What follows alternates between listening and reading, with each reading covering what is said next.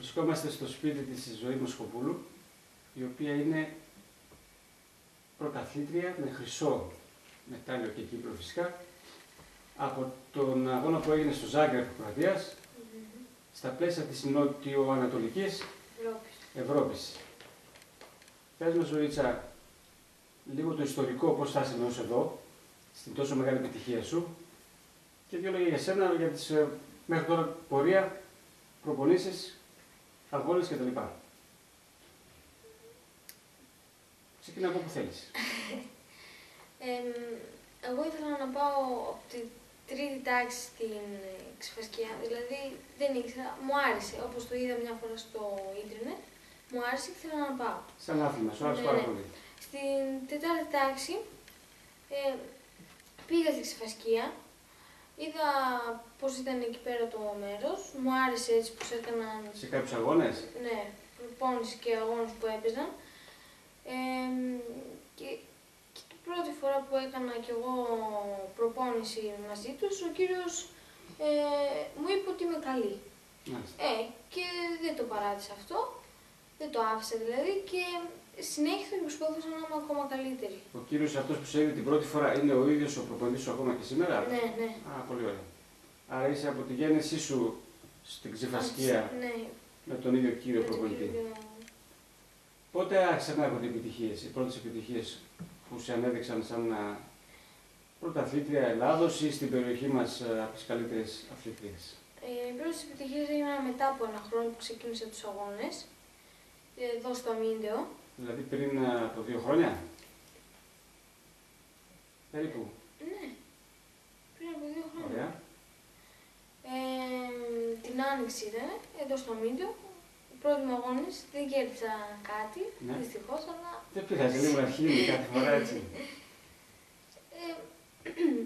Μετά πήγαμε και στους επόμενους αγώνες που ήταν στην Αθήνα και δυστυχώς δεν μπόρεσα να κάνω κάτι εκεί στην Αθήνα, αλλά μπόρεσα την επόμενη μέρα που παίξαμε ομαδικά. Α, με ομαδικό άθλημα, πολύ ωραία.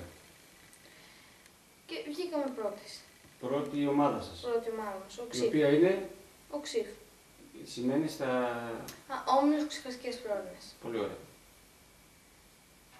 Και ερχόμαστε στην περσινή σου νίκη, που πήρες πάλι πρωτάθλημα χρυσό, πανελλήνιο. Πήρα στα ατομικά που έπαιζα μόνη μου, πανελλήνιο, ναι, βγήκα τρίτη. Τρίτη. Ναι. Αυτό έγινε πέρυσι? Ναι, όχι, φέτος έγινε. Φέτος. Φέτος βγήκα τρίτη στα ατομικά μόνη μου που έπαιζα και βγήκαμε πάλι πρώτες με την ομάδα μου, τον Οξύφ, στα ομαδικά. Ξαναπες μου λίγο αυτό το τελευταίο, βγήκες πρώτη στα ομαδικά, ναι, με την ομάδα σου, την Οξύφ. Τον Οξύφ. Πολύ ωραία. Στη συνέχεια, τι άλλες επιτυχίες ήρθανε? Μετά από στην Αθήνα φέτος, ήμουνα στο Ζάγκρεπ. Μετά τη νίκη της Αθήνας, στην Αθήνα, συγγνώμη, ήρθε ο αγώνας, αυτός που λέγαμε στην αρχή για την νοτιοανατολική Ευρώπη. Ακριβώς. Στο Ζάγκρεπ Κροατίας. Το οποίο πότε είναι, θυμάσαι ημερομηνία? 18, ήταν 18, όχι, 19 παίξαμε εμείς. 19 Φεβρουαρίου. 2012. Ναι, ναι. Εκεί τι επιτυχία είχαμε? Εκεί βγήκα πρώτη, ατομικά μόνο. Στο ατομικό πρώτη, πολύ ωραία. Ναι. Κύπελλο... στο κύπελλο Νοτιοανατολικής Ευρώπης. Και μετάλλιο χρυσό, έτσι, δίνουν κύπελλο και χρυσό μετάλλιο στην νικήτρια. Και 30. Μεταξύ πόσων ομάδων έγινε αυτή η επιτυχία? Θυμάσαι κάποιες χώρες που συμμετείχαν? Ναι, θυμάμαι. Για πες μας.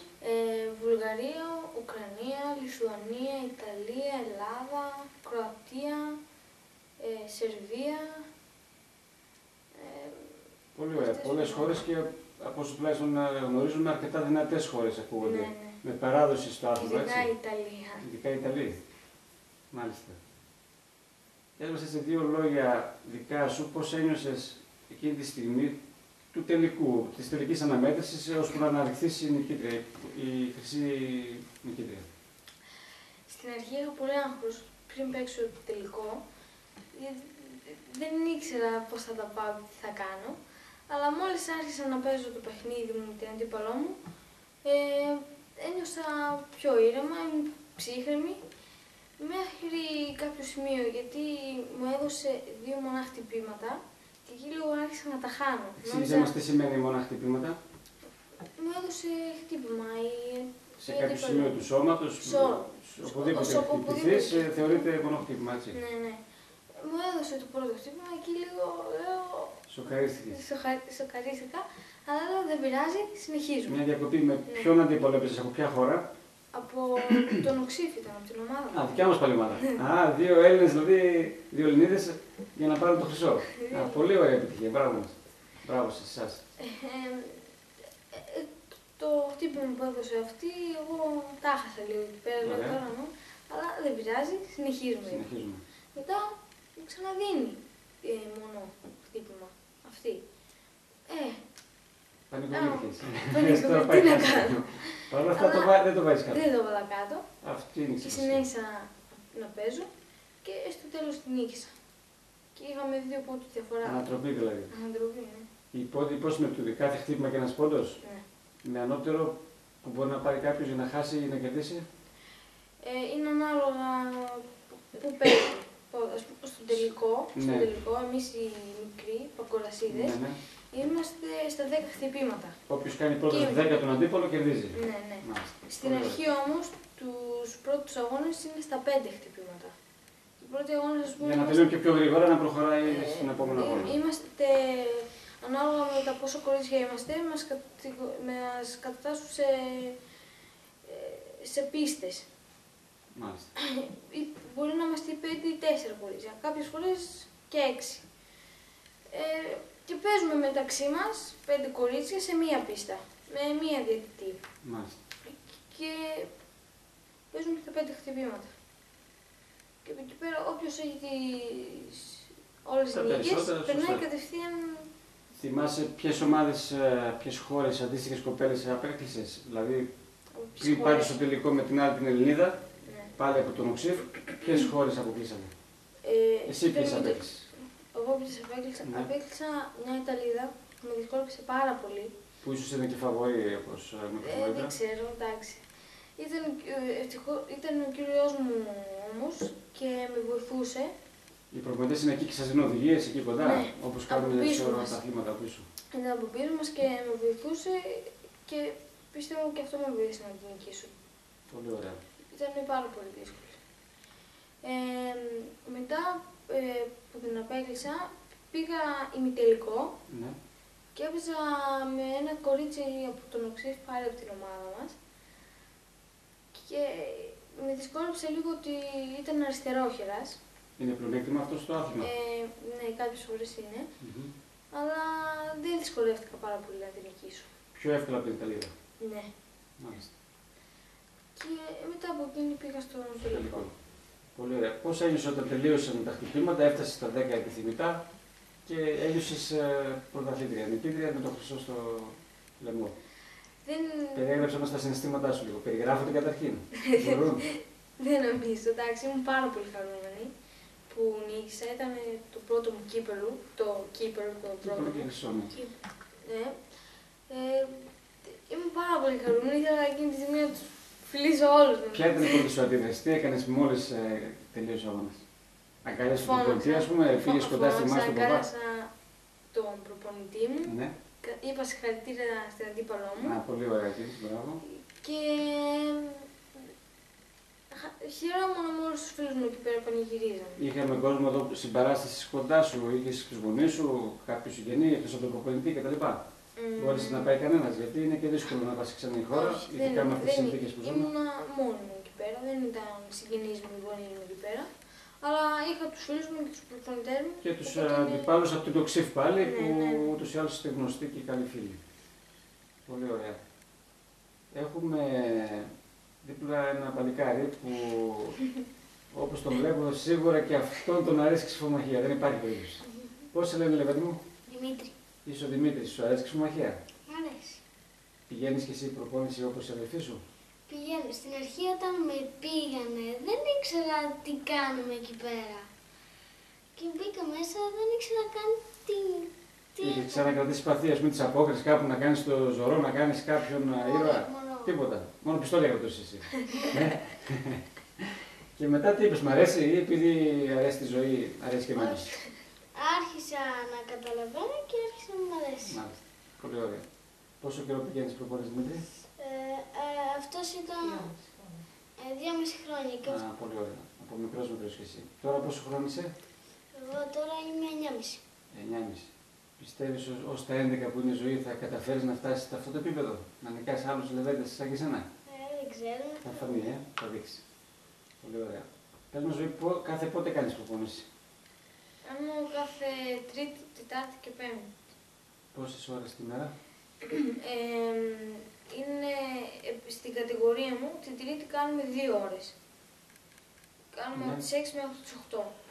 Τη Τετάρτη κάνουμε από τις 4,5 μέχρι τις 6. Κάνουμε 1,5 ώρα. Και την Πέμπτη πάλι κάνουμε από τις 6 μέχρι τις 8.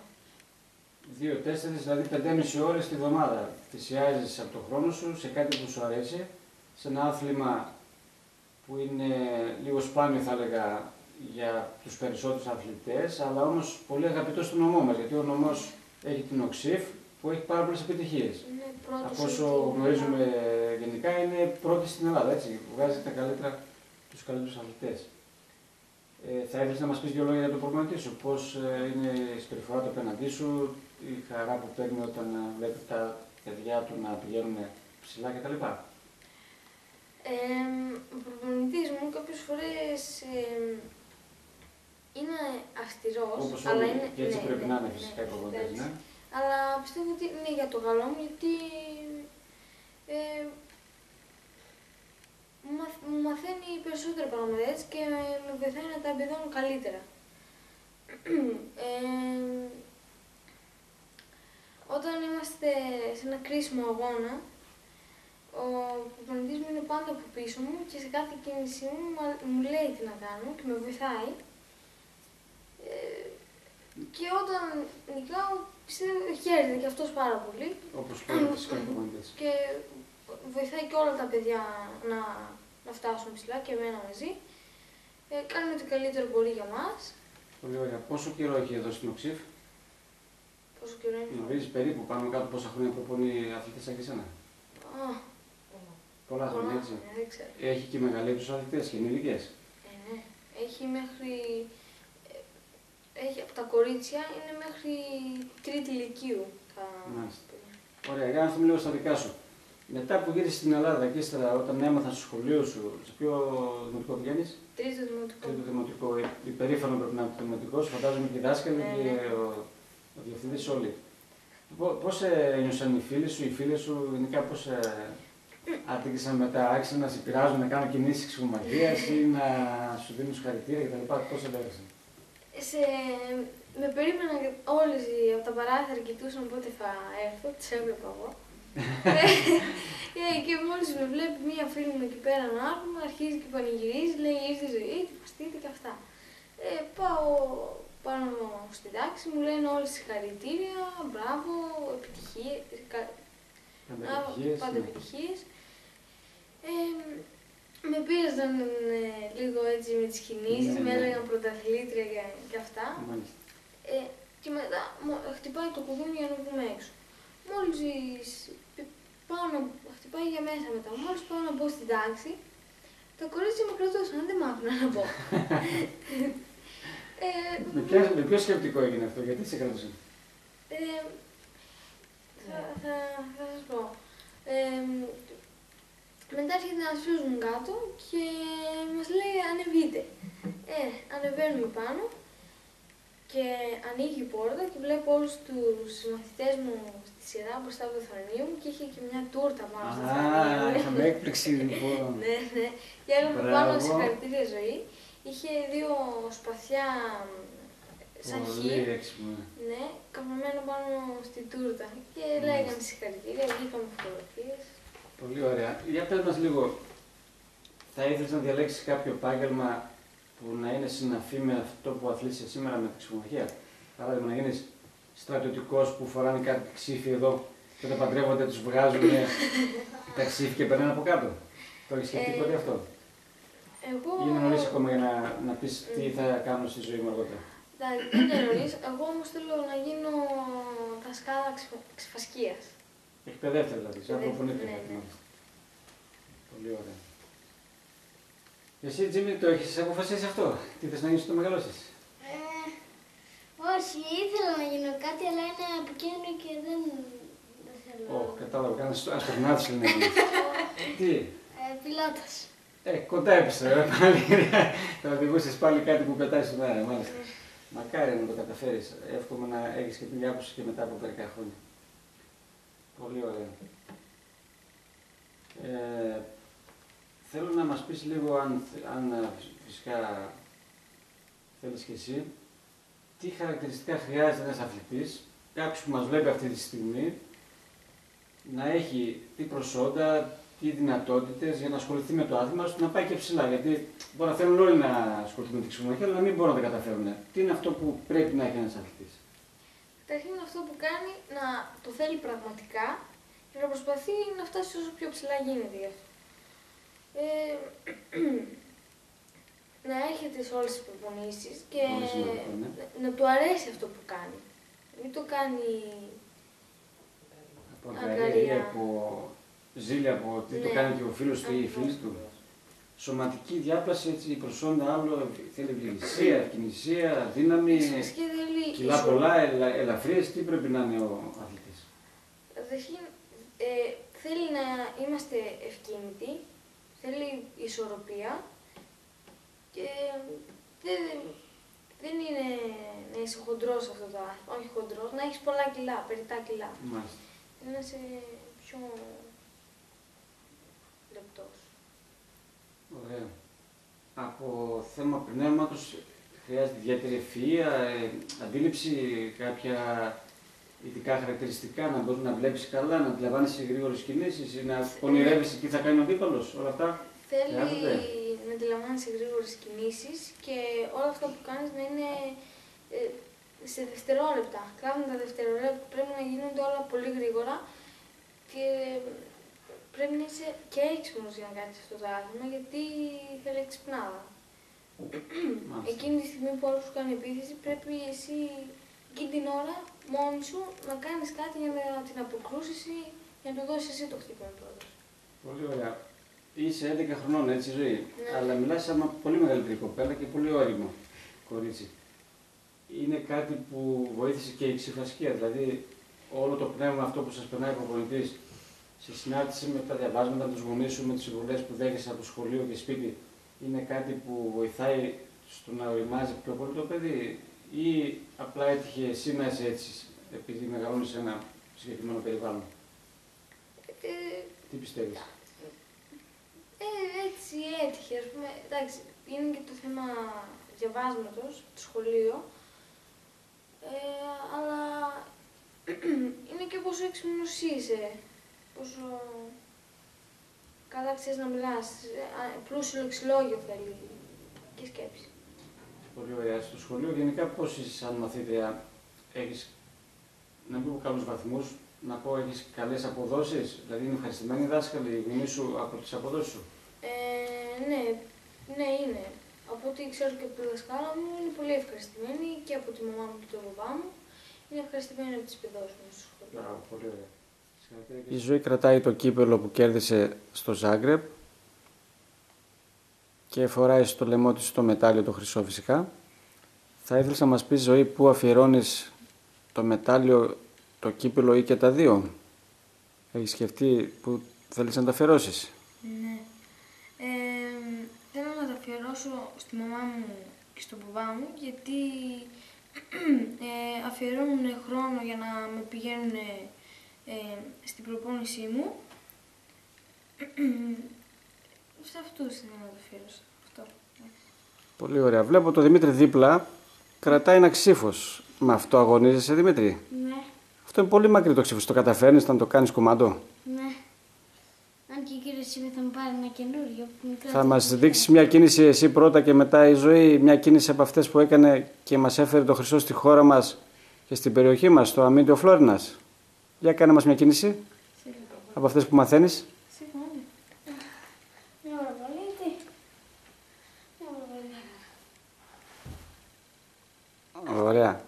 Δώσε και στη Ζωή να κάνει και αυτή μια-δυο κινήσεις. Αν και δεν είναι το δικό της το ξύφος όπως μου είπατε. Είναι πιο μεγάλο. Δεν πειράζει. Κάνεις και εσύ το ίδιο. Στη ξυφοσκεία υπάρχουν βήματα τα οποία τα συνδυάζουν μόνο μεταξύ τους και προσπαθούν να προσελκύσουν με αυτά.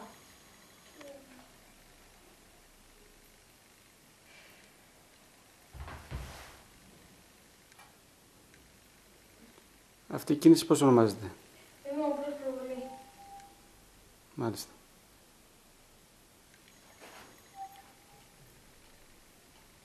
Άλλη μία.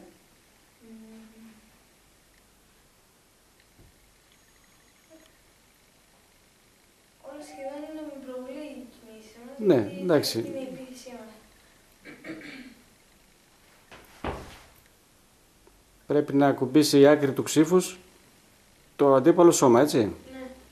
Οκ. Έχουμε και τη μητέρα, την κυρία Μάρθα Κοσμίδου, μαζί στην παρέα μας. Θα θέλατε να μας πείτε 2 λόγια για την επιτυχία της κόρης σας? Είμαι πολύ χαρούμενη, πολύ χαίρομαι γι' αυτό, για την επιτυχία της και του Δημήτρη φυσικά. Ο οποίος τι έχει κερδίσει ο Δημήτρης? Έχει κερδίσει ένα κύπελλο στα αγώνα στη Φλόρινα που γίνανε. Α, πολύ ωραία, δεν το είδαμε αυτό. Φωτιάς. Μπράβο Δημήτρη. Θέλω να συνεχίσει, να πιστεύω ότι θα συνεχίσει έτσι και να πάνε όλα καλά, να είναι γερή και να έχει πάντα επιτυχίες. Σας επηρεάζει η οικονομική κρίση της χώρας μας? Έχετε νιώσει κάποια δυσκολία πάνω στις μετακινήσεις, τα έξοδα που χρειάζονται και απαιτούνται? Τα έξοδα είναι πάρα πολλά. Προσπαθούμε όμως ίσως να στερηθούμε κάποια άλλα πράγματα για να συνεχίσουν τα παιδιά να κάνουν αυτό που αγαπάνε. Θέλουμε τα παιδιά μας να ασχοληθούν με το άθλημα. Γενικώς μας αρέσει ο αθλητισμός και θέλουμε να συνεχίσουμε. Θα είναι το τελευταίο πράγμα που πιστεύω ότι θα κόψουμε αν χρειαστεί. Σας τιμά πολύ αυτό, κύριε Μάρθα, να είστε καλά. Θεωρώ αυτό ότι είναι και η ευχή σας, οπότε πάω στον Δημήτρη να μας κάνει μια ευχή για το μέλλον και για το άθλημα. Τι να πω. Να έχουμε συνέχεια επιτυχίες και εγώ και αδερφή μου. Γενικά ο όμιλος όλος.